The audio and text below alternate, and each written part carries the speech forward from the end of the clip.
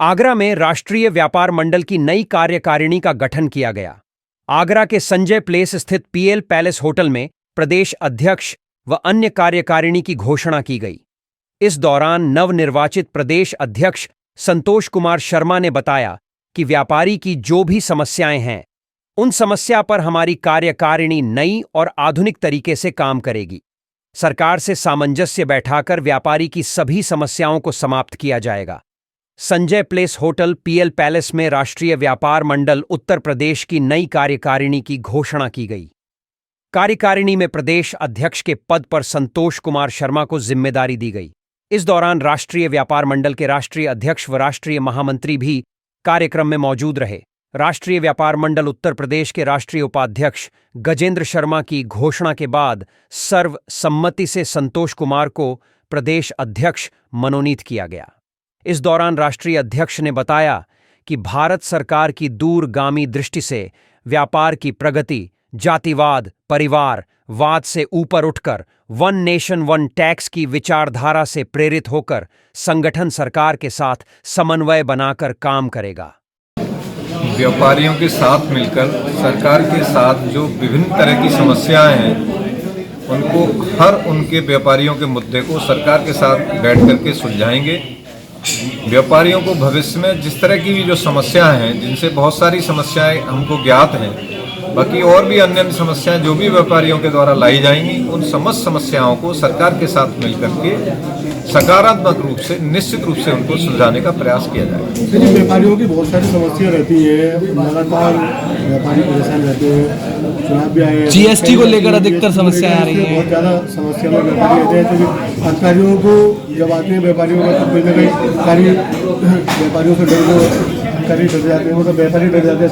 GST को लेकर पूरे उसमें विवरण चलाते तो कई जगह बाजारों में बंद भी करी गई थी, व्यापारी बंद करके परेशान हो गए थे।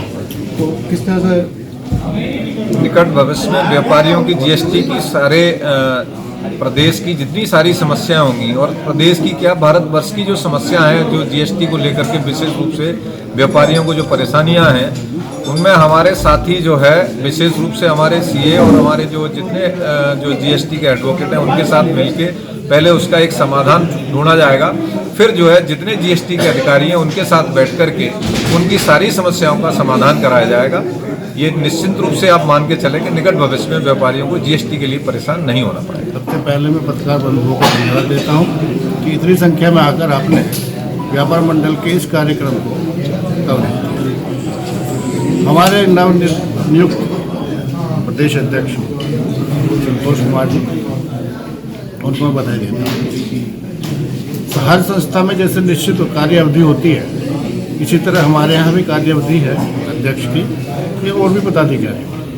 पुराने अध्यक्ष थे, उनकी कार्यवाही है, उनकी कार्यकाल समाप्त हुआ और नया अध्यक्ष हमने मनोनीत किया। जहाँ तक सवाल है आपका बच्चाओं का, व्यापारियों की बहुत समस्या है। पहले हमारी मांग कुछ समय से चल रही है कि एक व्यापारी आयोग का गठन किया जाए।